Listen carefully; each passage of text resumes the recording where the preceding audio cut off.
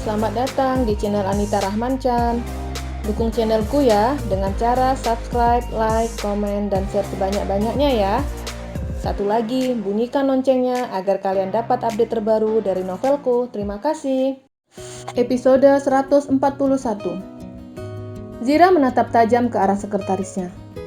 Kamu bilang tadi meeting dengan semua pemegang saham. Tapi kenapa hanya satu orang? Tanya Zira.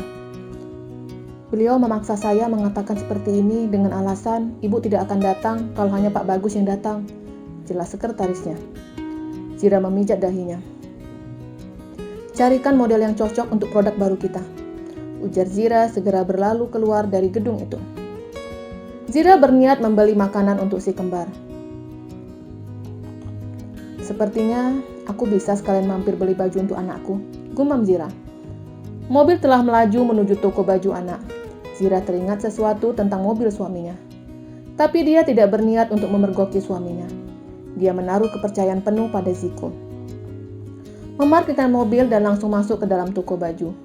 Zira mencari di bagian pakaian anak yang berumur kurang dari 1 tahun. Memilih pakaian dengan model yang lucu tentunya. Setelah memborong banyak pakaian bayi, dia berjalan ke kasir. Seorang anak mengenalinya. Tante Zira? Sapa anak itu dan seorang pria menoleh ke arahnya. Naura? Zira dan anak kecil itu saling berpelukan. Aku rindu sama tante, gumamnya. Tante juga sayang. Viko melirik Zira yang sangat menyayangi anaknya. Tante beli apa di sini? Tanya Naura. Tante beli baju untuk anak tante. Zira menunjukkan keranjang yang penuh dengan pakaian bayi. Tante punya anak, aku ingin punya adik. Seketika raut wajah Naura senduh. Zira dan Viko saling menatap. Keadaannya berbeda. Naura tidak akan bisa punya adik dari ibu tirinya. Zira membayar semua belanjaannya. Tante, aku ingin mengajak tante makan es krim sebentar saja, ujar Naura. Naura, tante Zira sekarang punya bayi. Jadi tidak bisa pulang terlambat, ujar papanya. Wajah Naura seketika senduh. Baiklah, kita makan es krim. Tapi tante tidak bisa lama ya, sahut Zira menyenangkan hati anak kecil itu. Naura kegirangan, dia sangat merindukan momen itu. Zira memasukkan belanjaannya ke dalam bagasi mobil. Tante, boleh aku ikut mobil tante? Ujar anak itu. Naiklah, sahut Zira seraya tersenyum. Zira melajukan mobilnya dan Viko mengikuti dari belakang. Tante, kenapa sampai sekarang aku belum diberi adik? Pertanyaan lugu dari seorang anak kecil. Zira bingung menjelaskan penyebab sampai sekarang Vita belum bisa dan tidak akan pernah dapat memberikan seorang keturunan untuk Viko. Kalau kamu mau, kamu bisa main kapanpun ke rumah tante. Anak tante kembar loh, ujar Zira mengalihkan pembicaraan. Serius tante? Katanya lagi. Zira menganggukkan kepalanya seraya menyetir mobilnya. Gadis kecil itu kegirangan bukan kepalang.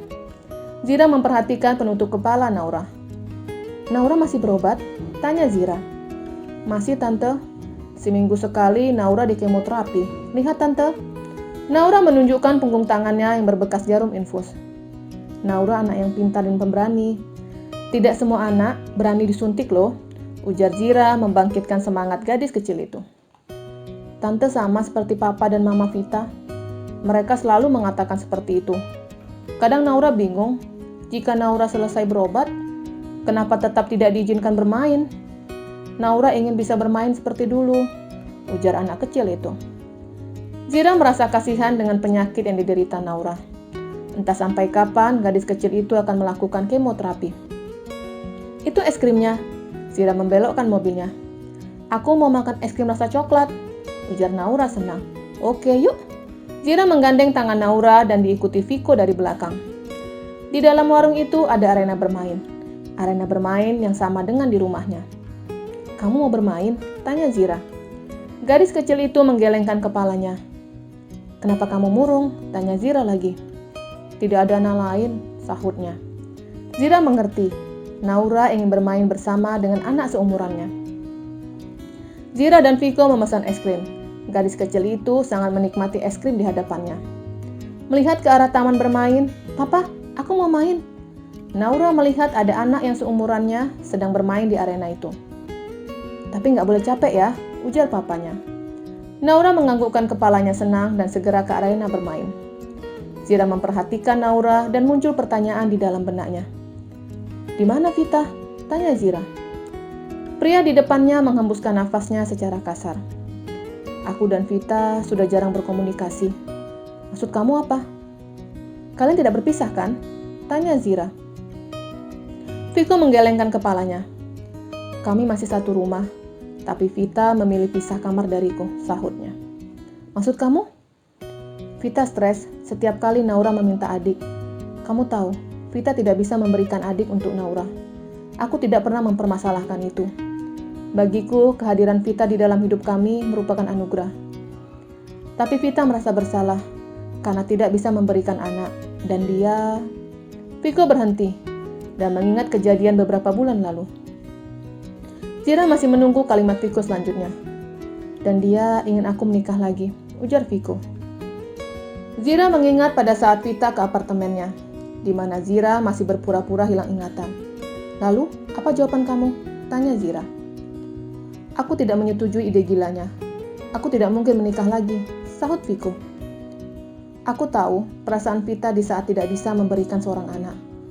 Dia sangat merasa bersalah. Mungkin ini pengorbanannya," jelas Zira. "Tapi kenapa harus menikah? Kami bisa mengadopsi anak," ujar Viko yang terlihat sangat banyak masalah. "Pasti ada alasan kenapa dia menyuruh kamu menikah lagi. Vita ingin anak yang lahir nanti kelak dari darah daging kamu, bukan adopsi.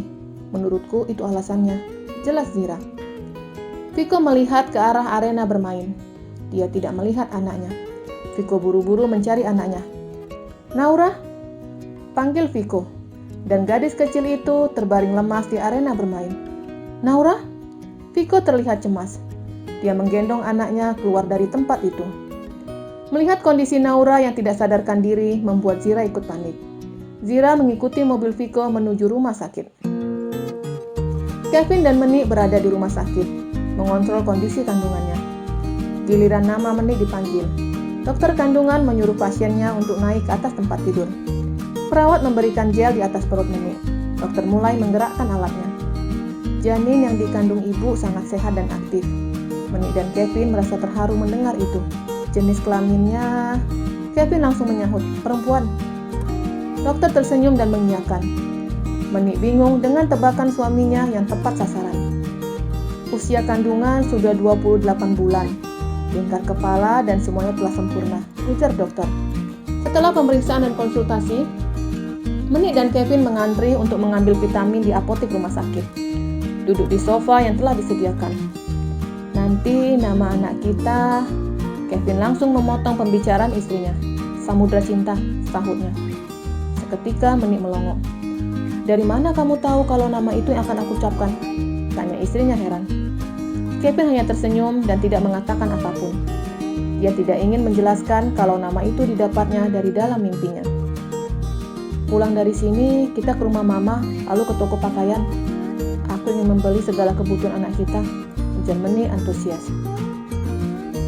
Zira baru sampai di rumah sakit bersama dengan Viko. Dia membantu mendaftarkan Naura di bagian pendaftaran, sedangkan Viko sedang berada di IGD. Ketika di lobi rumah sakit, Menik memperhatikan sosok yang sangat dikenalnya, yaitu Zira.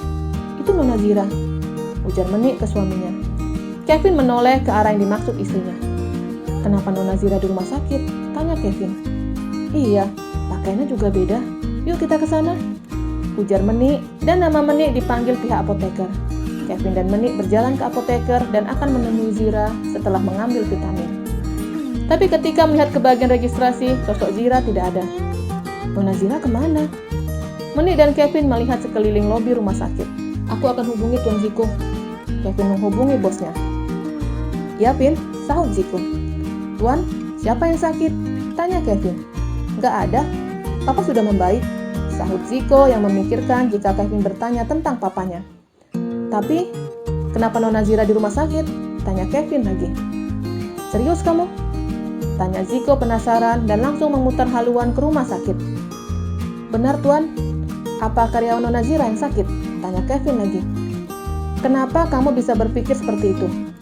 Ziko masih tetap melajukan mobilnya. "Karena Nona Zira sangat rapi dan penampilannya sangat berbeda dari biasanya," jelas Kevin. "Kita akan tahu nanti," ujar Ziko. Di IGD, Vita telah berada di ruangan itu. "Zira, apa yang kamu lakukan di sini?" tanya wanita itu. "Aku membantu Viko mendaftarkan Naura," sahutnya. Vita memperhatikan penampilan Zira yang sangat berbeda. Zira terlihat sangat cantik. Dokter masih memberikan oksigen dan pertolongan pertama untuk Naura. Ziko tiba di rumah sakit. Dia menemui Kevin yang berdiri di depan pintu rumah sakit. "Mana istriku?" tanyanya. "Tadi saya melihat Nona Zira di depan pendaftaran, tapi setelah itu tidak terlihat. Sepertinya istri Anda di IGD." Ziko segera ke IGD. "Tuan, saya tidak ikut. Saya harus mengantar Menik," ujar Kevin. Ziko menganggukkan kepalanya. Dia berjalan menuju ruang IGD. Apa yang diucapkan Kevin benar. Zira ada di ruangan itu dengan penampilan yang berbeda. "Zira?" ujar suaminya. "Sayang," sahut Zira. Ziko melihat ada Viko dan Vita, dan anak kecil yang terbaring lemah di atas tempat tidur. Melihat ada sosok Viko, rasa cemburu Ziko muncul. Tapi dia masih menahan semua yang akan diutarakannya ke Zira. Naura dipindahkan ke ruang perawatan. Tubuh kecilnya yang pucat diletakkan di atas tempat tidur. Perawat mendorong tempat tidur itu sampai ke ruang perawatan. "Zira, terima kasih atas siang ini," ujar Viko dan tentunya terdengar Ziko. "Kasih kabar tentang keadaan Naura," sahut Zira. Vita mendekati Ziko. "Ko, maafkan aku.